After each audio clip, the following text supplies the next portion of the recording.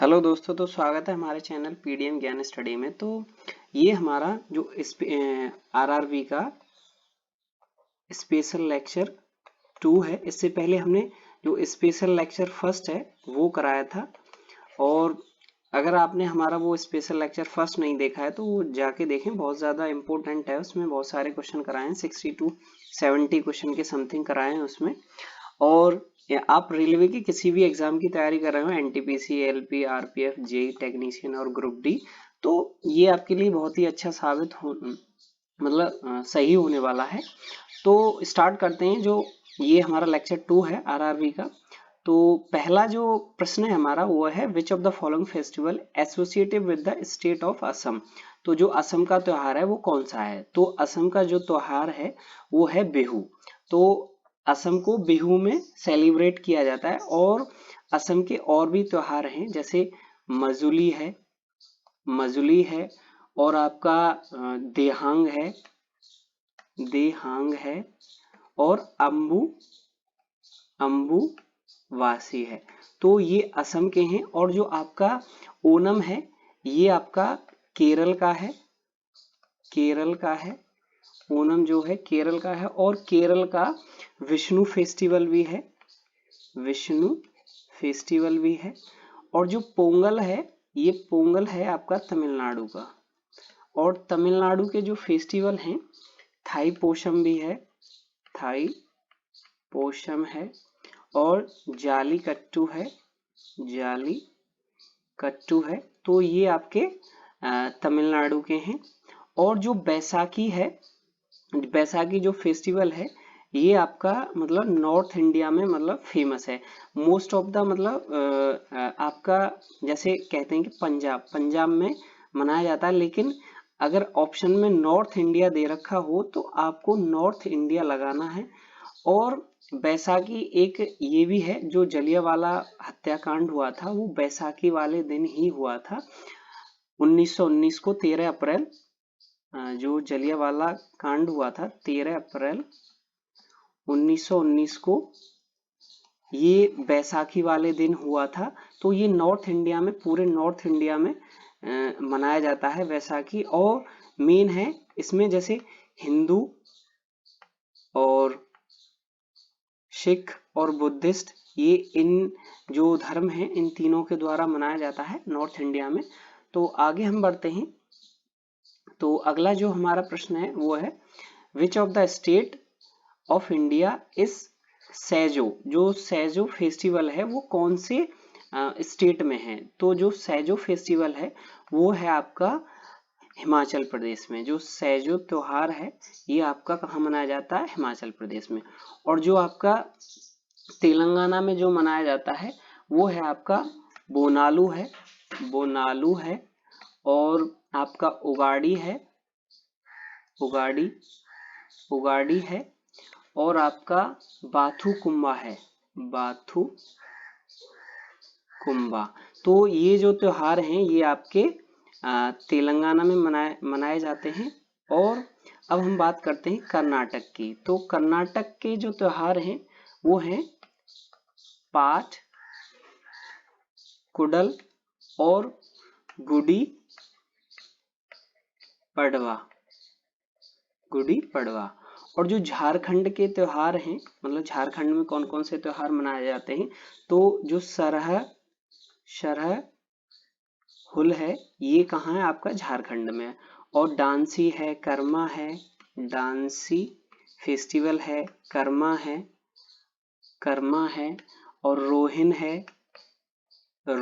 है और आपका बंदना। तो ये जो त्योहार हैं ये आपके झारखंड में मनाए जाते हैं। और जो सैजू त्योहार है ये आपका हिमाचल प्रदेश में मनाया जाता है। और बोनालू तेलंगाना में है, उगाड़ी तेलंगाना में है, बाथू कुंभा आपका तेलंगाना में है, और गुड़ी पड़वा है, सरहुल है, डांसी है, कर्मा है, रोहिन है और बंदना है। तो ये आपके कहाँ है? झारखंड में। तो अगला जो हमारा प्रश्न है वो है, which of the following countries does India share the longest boundaries, तो मतलब इंडिया सबसे लंबी बाउंड्री किस देश के साथ शेयर करता है, तो वो है बांग्लादेश के साथ शेयर करता है।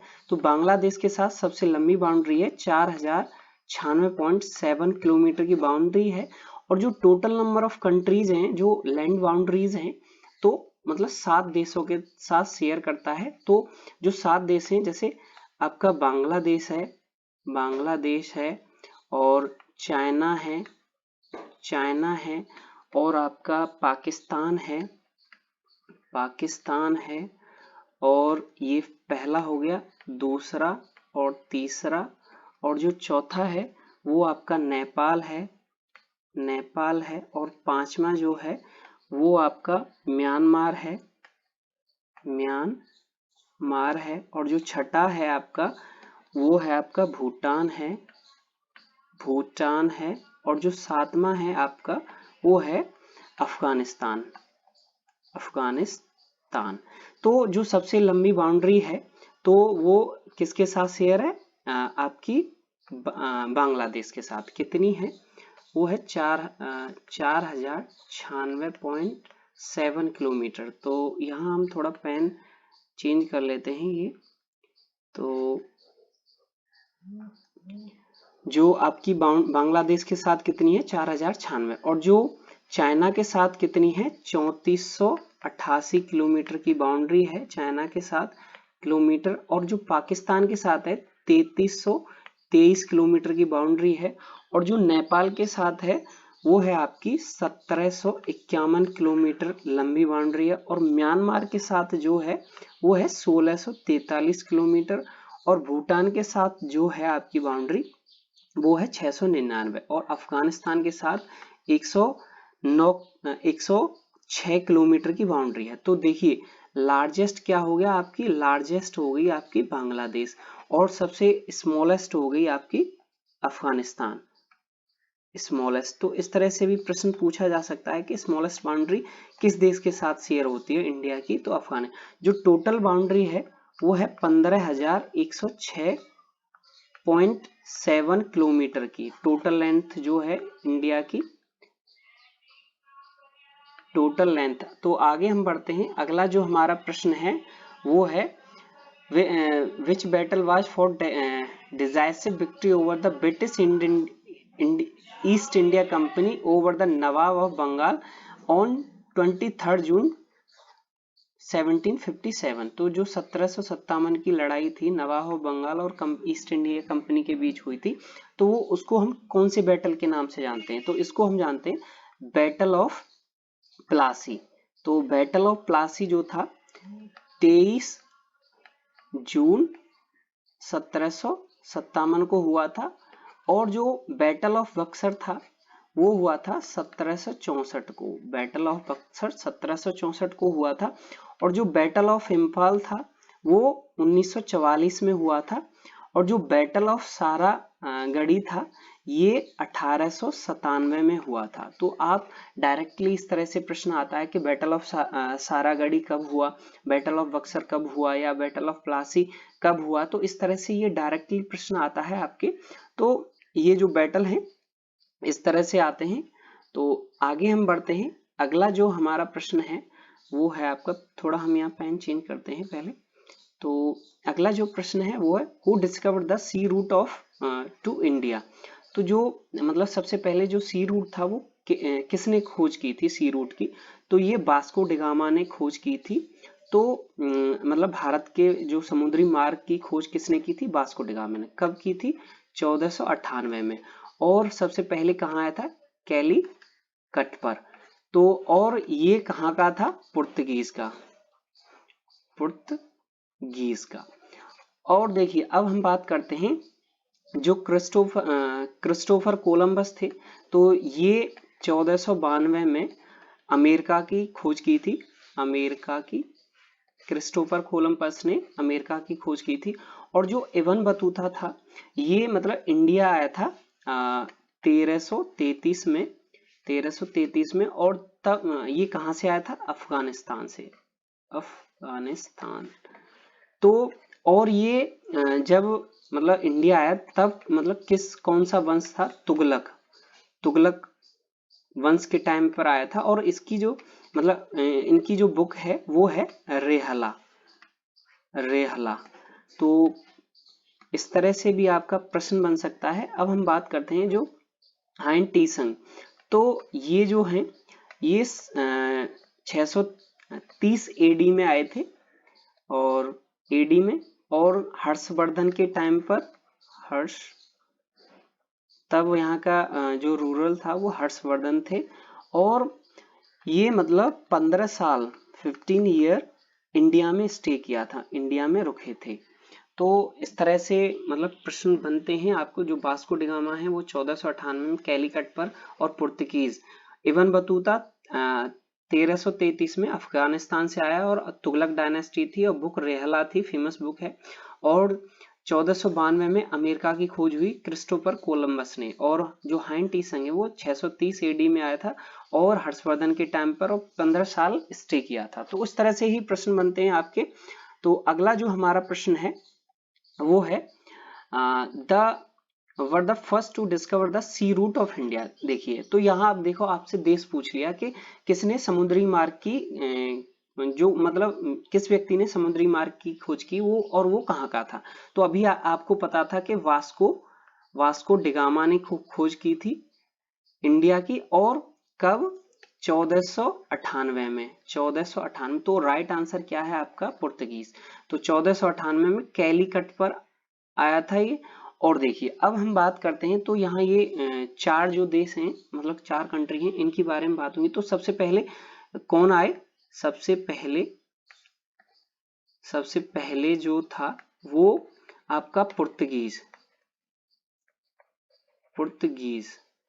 आए थे। और जो सेकंड नंबर पर डच आए थे, डच। और जो थर्ड नंबर पर थे वो आपके इंग्लिश आए थे, ब्रिटिशर, इंग्लिश। और जो फोर्थ नंबर पर थे वो फ्रेंच।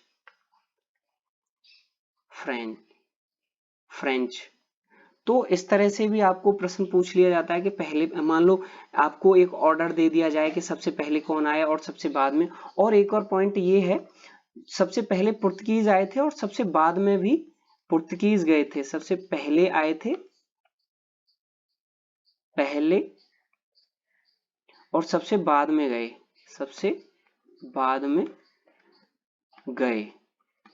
तो इस तरह से भी पॉइंट बनता है आपको, पहले पुर्तगीज, फिर डच, फिर इंग्लिश, फिर फ्रेंच। तो इस तरह से आप मतलब लगाएं। तो अगला जो हमारा प्रश्न है वो है Asafi Imambara built by the Asaf Uddaula is located in. जो आसफ उद्दौला ने एक इमामबाड़ा बनाया था, तो वो कहाँ पर है? वो है लखनऊ में। तो ये कहाँ है? लखनऊ में। आगरा में आपका क्या है? ताजमहल है और रेड फोर्ट है। और जो दिल्ली में भी क्या है आपका? रेड फोर्ट है, हौज खास है। और जो बीजापुर में है, गोलकुंडा का जो किला है, गोलकुंडा का जो किला है वो कहाँ है आपका? बीजापुर में। तो इस तरह से भी मतलब प्रश्न बनता है। तो अगला जो हमारा प्रश्न है वो है आपका कि who appointed the council of 8 minister which named in the Ashtapradhan the supreme head of the civil government। तो जो अष्टप्रधान थे वो किन्होंने मतलब पद नियुक्त किया था? तो जो शिवाजी थे उन्होंने ये पद नियुक्त किया था। जो छत्रपति शिवाजी थे, छत्रपति शिवाजी। तो काउंसिल ऑफ मिनिस्टर इन्होंने कब की थी? 1674 में जो काउंसिल ऑफ मिनिस्टर थे वो अपॉइंट किए। और 8 जो प्रधान थे वो कौन कौन से थे हम जानते हैं। तो पहला जो था वो पेशवा थे, दूसरे पे वो थे जो अमात्य बोलते हैं, अमात्य। और जो तीसरे पर थे वो थे आपके सचिव बोलते हैं, सचिव। और जो चौथी पोजीशन पर थे, जो ये अष्टप्रधान थे, जो चौथी पोजीशन पे थे वो थे वाकिन विश। और जो 5वीं पोजीशन पर थे वो थे आपके सेनापति। और जो 6ठी पोजीशन पर थे वो थे सुमांत। और जो 7वीं पोजीशन पर थे वो थे न्यायाधीश। और जो 8वीं पोजीशन पर थे वो थे पंडित राव।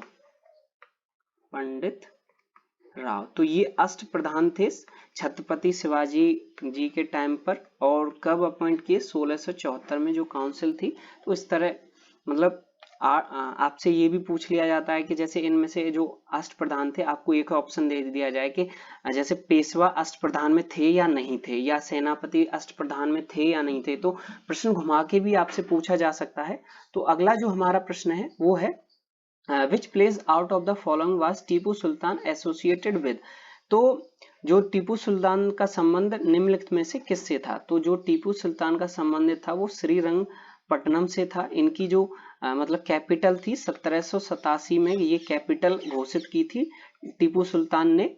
तो अगला जो हमारा प्रश्न है वो है in which direction the Bay of Bengal located in India। तो जो बे ऑफ बंगाल है वो किधर है? तो जो बे ऑफ बंगाल है वो ईस्ट में है। जैसे ये अपना इंडिया है, तो ये वाली जो डायरेक्शन है ये ईस्ट है और ये आपका वेस्ट है। तो जो ईस्ट में बे ऑफ बंगाल है, जैसे यहाँ आपका बे ऑफ बंगाल है। तो जो बे ऑफ बंगाल में जैसे आपके स्टेट आते हैं, यहाँ आपका वेस्ट बंगाल है और फिर आपका उड़ीसा है। तो जो बे ऑफ बंगाल में आते हैं ये स्टेट हैं। फिर आपका आंध्र प्रदेश है, और आपको हमारा वीडियो अच्छा लग रहा हो तो लाइक जरूर करके जाएं, क्योंकि लाइक से ये है हमें मोटिवेशन मिलता है, और आपके लाइक से ये भी है कि सर को मतलब ये हमें मतलब मन करता है कि और अच्छी हम वीडियो बनाएं, आपके लिए अच्छा कंटेंट लेके आएं। तो आपको हमारा वीडियो अच्छा लग रहा हो तो लाइक जरूर करके जाएं। और आपका फिर यहाँ पे आता है आपका तमिलनाडु। तो तमिलनाडु तो ये जो स्टेट हैं ये आपके बे ऑफ बंगाल में टच करते हैं। अब हम बात करते हैं जो ईस्ट में स्टेट हैं। ईस्ट में कौन कौन से स्टेट हैं? मतलब ये ईस्ट के हो गए आपके। ईस्ट के स्टेट कौन कौन से हैं आपके? वेस्ट बंगाल है, उड़ीसा है, आंध्र प्रदेश है और तमिलनाडु है। अब ये आपका वेस्ट का हो गया। वेस्ट में जो है, तो वेस्ट में क्या है आपका? अरेबियन सी है। तो जो वेस्ट में है आपका सबसे ऊपर यहाँ है आपका गुजरात है, और फिर यहाँ पर आपका महाराष्ट्र है, और फिर उससे नीचे आएंगे तो गोवा है। फिर आप और नीचे आएंगे तो यहाँ पे कर्नाटका है, और फिर आप यहाँ आएंगे तो आपका केरला है। तो ये जो स्टेट हैं ये अरेबियन सी से टच करते हैं, और ये जो स्टेट हैं आपके